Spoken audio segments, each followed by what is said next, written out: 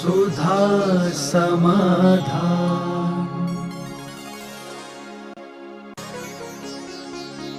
नमोस्तु गुरुदेव, क्या प्रतिमा जी को स्थापित करने का कोई निश्चित क्रम होता है? ऐसा कोई शास्त्रीय प्रमाण नहीं है। वास्तु से होता है कि जिस दिशा में बैठी है दक्षिण और पश्चिम में बड़े को बैठाना चाहिए, उत्तर और पूरब में छोटे को बैठाना। जैसे मान लो अपन उत्तरमुखी हैं तो उत्तरमुखी में आगम में नहीं है, आगम में कोई व्यवस्था नहीं, कहीं भी बैठा ली। वास्तु ये कहता है कि मान लो उत्तरमुखी बैठे हैं तो दक्षिण पश्चिम की तरफ बैठे बड़े भगवान, यानी जो उसमें बड़े हों, पारसनाथ, नेमिनाथ और मुनि सुब्रत। तो मुनि सुब्रत यहाँ बैठेंगे और तीसरे कौन से हैं? नमीनाथ। तो मुनि सुब्रतनाथ, बीच में पारसनाथ, इधर नमीनाथ, क्योंकि वो 21 में है। पूरब मुख वाले हैं तो दक्षिण में मुनि सुब्रतनाथ, फिर पारसनाथ, फिर वो। तो वास्तु के अनुसार तो ये व्यवस्था बनती है, आगम में ऐसा कोई भेद नहीं किया। देखो आपने देखा होगा महावीर स्वामी मूल नायक हैं और आदिनाथ भगवान बड़े हैं, वो दूसरी कटनी पे बैठे हैं। और महावीर स्वामी कहाँ बैठे? पर बैठे पहली कटनी में मूल पे। अभिनंदन नाथ भगवान यहाँ देख लो उच्चासन पे मूल पे बैठे हैं और आदिनाथ नीचे बैठे, वो नीचे बैठे। होता है ना वेदियों में जी महाराज श्री। तो उसमें कोई ऐसी बाधा नहीं है, तीर्थंकरों में ऐसा कोई भेद नहीं है। अपन जिसको उच्चासन बैठाना चाहें बैठा सकते। नमोस्तु गुरुदेव, प्रसूति के 45 दिन बाद जब महिला मंदिर आती है तो उसे किस तरह आना चाहिए और बच्चे की गर्भनाल का क्या करना चाहिए? बड़े शुभ सगुन लेकर आना चाहिए। 45वें दिन जब बालक को लेके आती है, क्योंकि उनका सूतक खत्म होता है, तो बालक को पहली बार ला रहे हैं तो शुभ सगुन के साथ लाना चाहिए। अष्टद्रव्य को साथ में लाना चाहिए, गाजे बाजों के साथ लाना चाहिए, परिवार को साथ रहना चाहिए। हो सके तो रिश्तेदारों को भी बुलाना चाहिए, हो सके तो समाज के पंचों को भी बुलाना चाहिए। और मंदिर में जाकर के मांगलिक करते हुए चबर छत्र आदि भगवान को ढुलवाना चाहिए। और समय यदि है तो पूजा आदि विधान कर लेना चाहिए, नहीं है तो द्रव्य मंदिर में समर्पित कर देना चाहिए। जितना शुभ करो, पहली बार मंदिर में आया है, पहले ही जितना आप शुभ करोगे उसकी जिंदगी का बहुत शुभ है। किसी भी कार्य में आप प्रवेश में मकान का नागल करते हो तो क्या करते हो? आप शुभ करते हो, कलश रखते हो, ये करते हो, वो करते हो, सजाते हो। ऐसे ही बालक को समझा। जब मकान में प्रवेश करते हो तो इतना मकान का डेकोरेशन करते हो, इतना खर्च करते हो, भोजन कराते हो, लोगों को बुलाते हो। एक जड़ मकान के शुरुआत में आज तो चैतन्य बेटा कुल दीपक मंदिर जा रहा है, इसमें कितना करना चाहिए? मकान में इतना तो बेटे में कितना, उससे हिसाब आप लगा लीजिए। जितना कर सको ठाट बाट से शुभ सगुन के साथ, शुभ चिन्हों के साथ मंदिर आना चाहिए, बेटे को लाना चाहिए।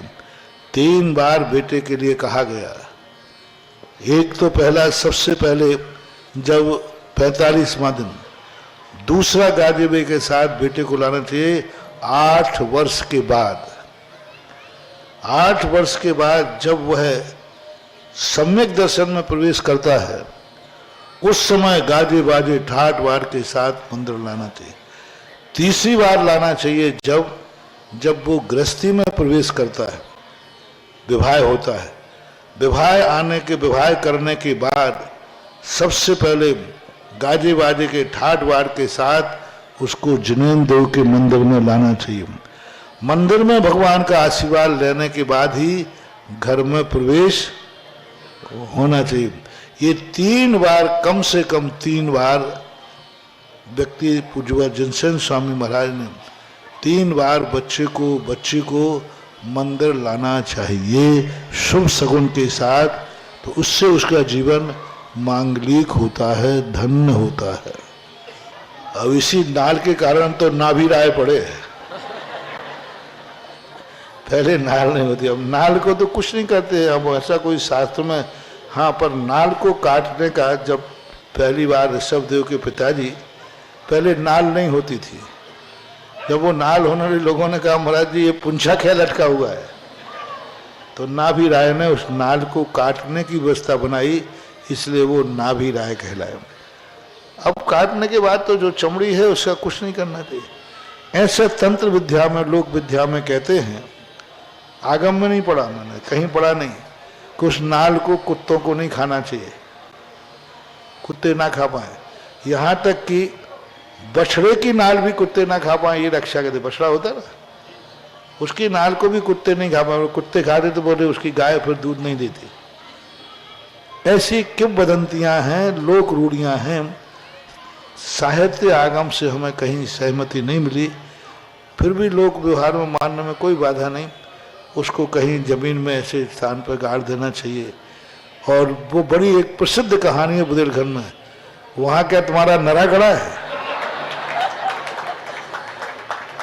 ये आता है तो, अरे भाई तुम वहाँ की बात कर, तुम्हारा क्या नरा गड़ा है, तो इसका अर्थ है कि नरे को गाड़ने की परंपरा है, इसलिए नरे को गाड़ देना चाहिए।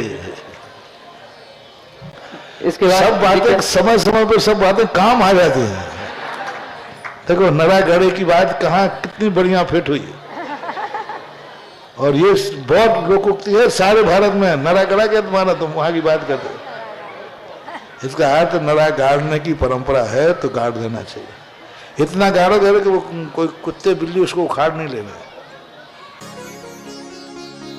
नमोस्तु गुरुदेव, आपके द्वारा जो हमें चिकित्सालय खोलने की परिकल्पना दी गई है वो साकार होने जा रही है। इसके लिए निर्माण समिति को दिशा निर्देशन देने की कृपा करें।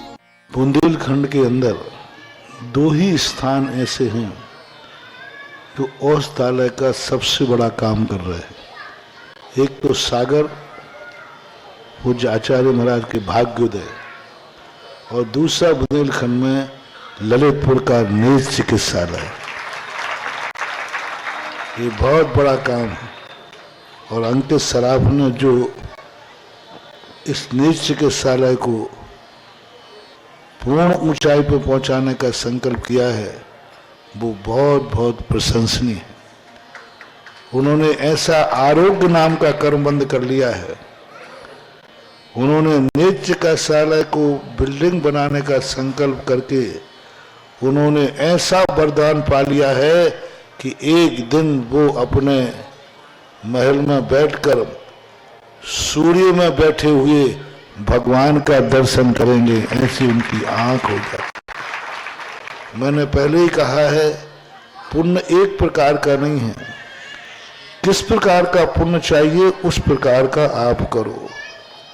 निरोग होना है तो औषधि दान दो, ज्ञानवान होना है तो ज्ञान दान दो, धर्ममय होना है तो धर्म में दान दो।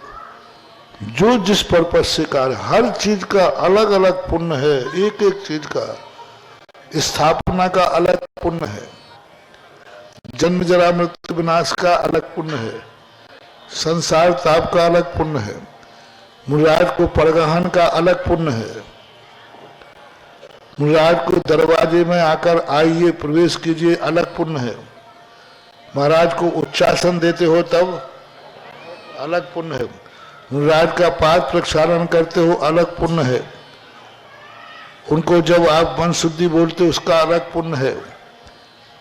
एक एक ग्रास का पुण्य अलग अलग होता है। कौन सा ग्रास किस रूप में परिणत होगा उस समय वो देने के वाले के भाव के ऊपर आश्रित होता है। परिक्रमा लगाने का अलग पर सब है, सब औषधि का अलग है।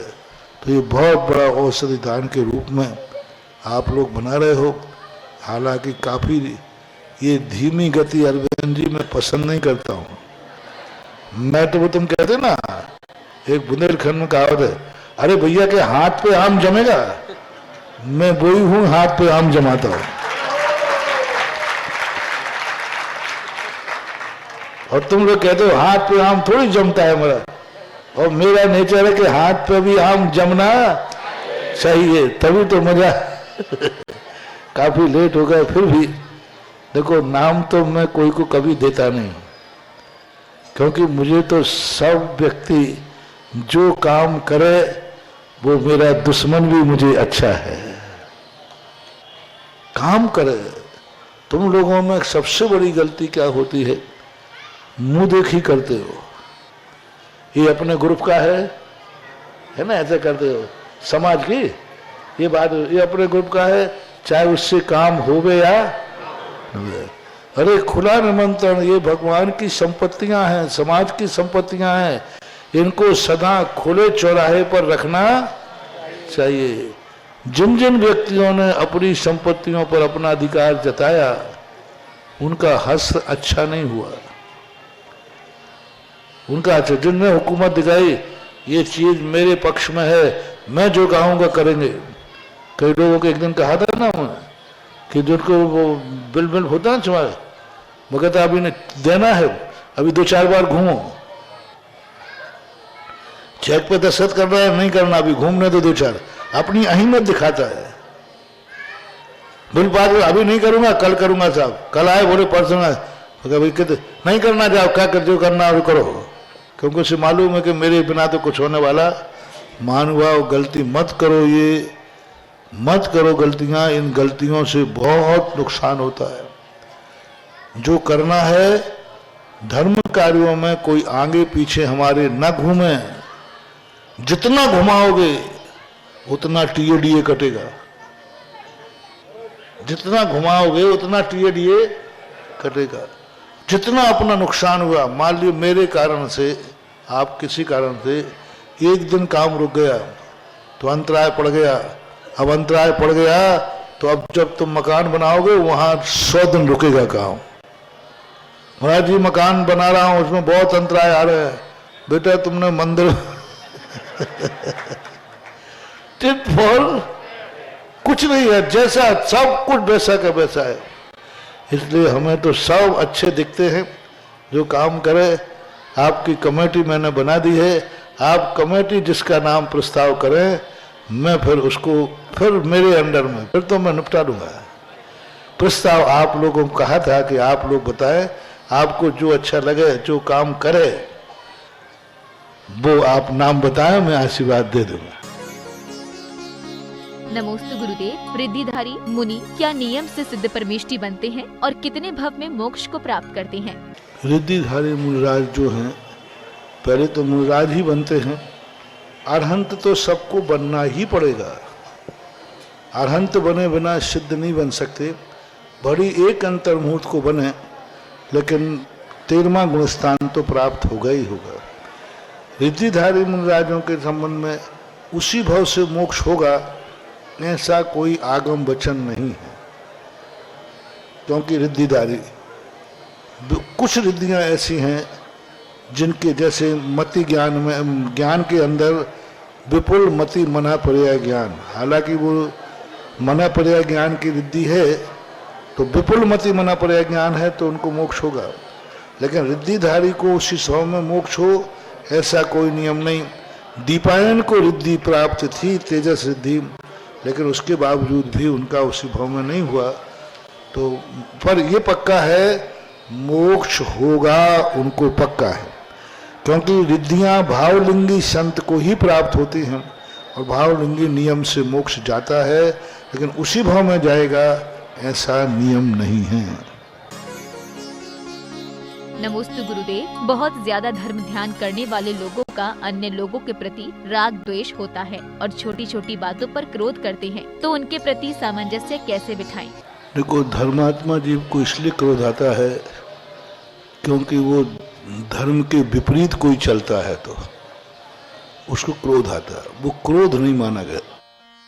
कोई व्यक्ति, जैसे आप सपोज कीजिए बच्चा मंदिर नहीं जा रहा है, माँ को क्रोध आ रहा है, दिन भर बड़बड़ाती रहती है, तो ये क्रोध नहीं है, ये बच्चे को सत मार्ग पर लगाने के लिए है।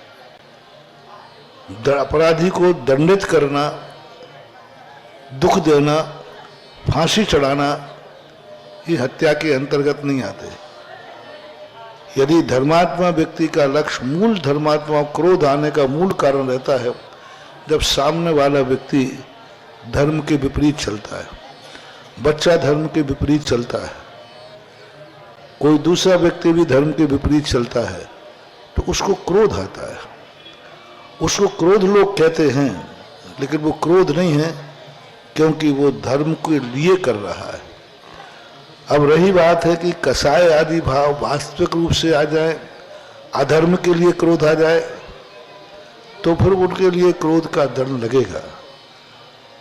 गृहस्थों के लिए, जनरल लोगों को ये सोचना चाहिए कि ये क्रोध किस लिए कर रहा है। एक बार एक बच्चे ने कहा, बोले महाराज जी हमारी दादी माँ दिन भर क्रोध करती है। मैंने क्यों करती है? क्योंकि वो सोला का खाती है। तो मैंने क्यों करती है? बोले उसके चौके में उसके कपड़े छू लें या उसके भोजन को छू लें, और ये हम लोग थोड़ी सी गलती करते हैं कि उसके पानी को छू लिया, अब वो दादी माँ कुड़कुड़ करी, इसने छू लिया, ये कर दिया, वो कर दिया। तो मैंने कहा बेटा ये क्रोध नहीं है, ये व्रत को पालन करने के लिए क्रोध आ रहा है। अक्सर कर धर्मात्माओं को सोला का खाते हैं, उनके घर में बिल्कुल थोड़ा बहुत कुड़कुड़ कर, इसने छू लिया, इसने छू लिया, और आप लोगों को राग द्वेष होने का सवाल ही नहीं,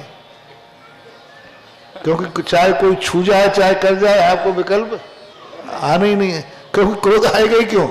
क्योंकि क्रोध आएगा 16 के खाने वाले को, 17 के खाने वाले को क्रोध आना ही नहीं, क्योंकि उसको तो कोई विकल्प है ही नहीं। तो आप लोगों को क्रोध इसलिए नहीं आता क्योंकि आप लोगों को कोई क्रोध नहीं आया। 16 का बनाया, 17 का बनाया, बाजार का बनाया कि मर्यादा का बनाया, किसने बनाया, किसने परोसा, कैटर्स कौन था, आपको कोई विकल्प नहीं, तो आपको गुस्सा आ ही नहीं सकता, क्योंकि आपको वहां पर विकल्प ही नहीं।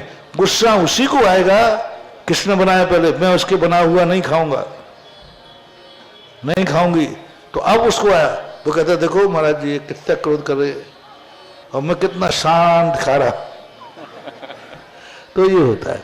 तो हमें ये देखना चाहिए धर्मात्मा को क्रोध किस कारण से आ रहा है, क्योंकि धर्मात्मा है और क्रोध ये दोनों विरोधी हैं।